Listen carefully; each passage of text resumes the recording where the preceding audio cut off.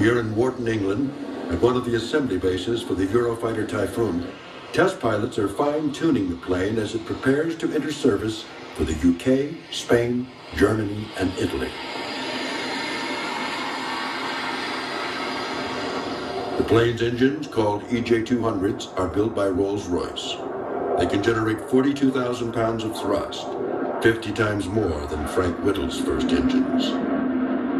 The Eurofighter Typhoon has 2 of them. It can get airborne in 8 seconds from a standing start and reach the speed of sound only 30 seconds later.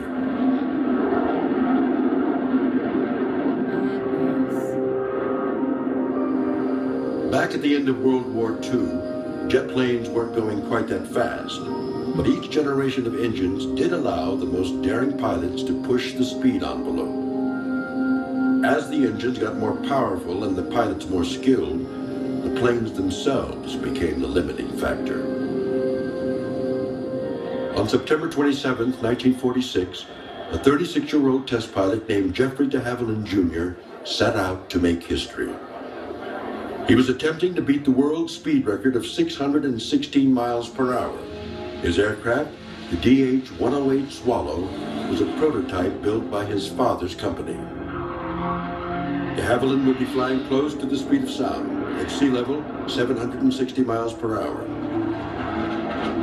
The flight started well, but at Mach 0.9, just a hair shy of the sound barrier, the plane disintegrated. The death of such an experienced pilot shocked the aviation world.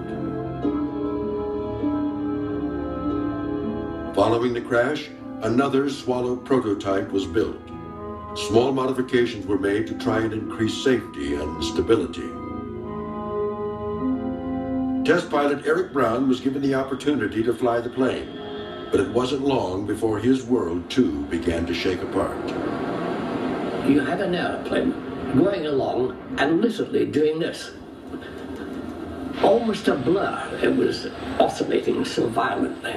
With the G, I couldn't get my arms up to reach the blind and pull the blind to eject. Fortunately for Brown, his experience and instinct kicked in, and he managed to ease back on the controls. After 7 seconds of this, it stopped as quickly as it had begun. Once again, Brown had survived at the limits of technology. Around the world, aviation engineers were struggling to understand what was going wrong.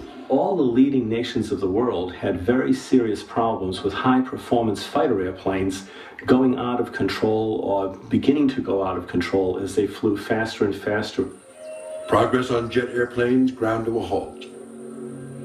Little was known about the practical effects of high-speed flight, so new wind tunnels were constructed to simulate transonic speeds, those close to the speed of sound. Using Schlieren photography, a visual process for imaging airflow, scientists saw that high-pressure areas were forming all over the aircraft. This was the so-called compressibility crisis, or the beginnings of the whole problems involving the so-called sound barrier. Shock waves at transonic speeds were the cause of the instability. Transonic is a region of flight where you have supersonic flow over part of the aircraft and subsonic flow over part of the aircraft. It's a very difficult region to understand, even today, because you have this mix of flows between the two. Fully supersonic and fully subsonic are relatively easy to understand, but this transonic region becomes more difficult because of the different areas of the aircraft that are obeying different laws of aerodynamics. The way this is manifest to the pilot is that the shock wave moves back and forth very rapidly over the top of the wing, many times a second. The thick wings had not been designed to handle such shock waves.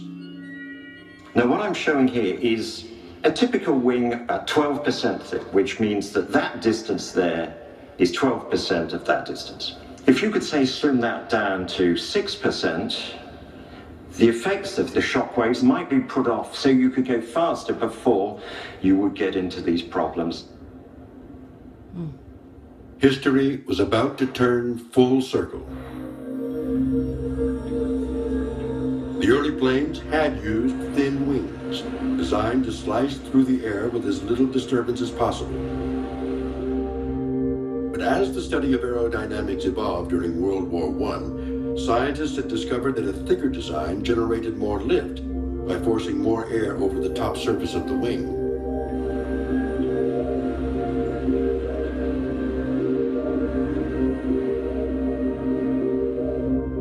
The thick wing could also accommodate wheels, weapons, and struts, eliminating the need for biplanes and triplanes.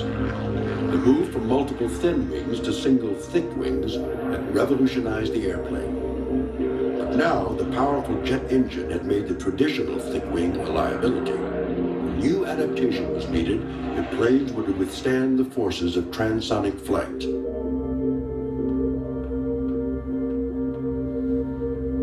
Despite all the modern testing, the answer seemed to be a return to a pre-World War II German design, one using a modified thick wing that actually appeared thin to the oncoming airflow.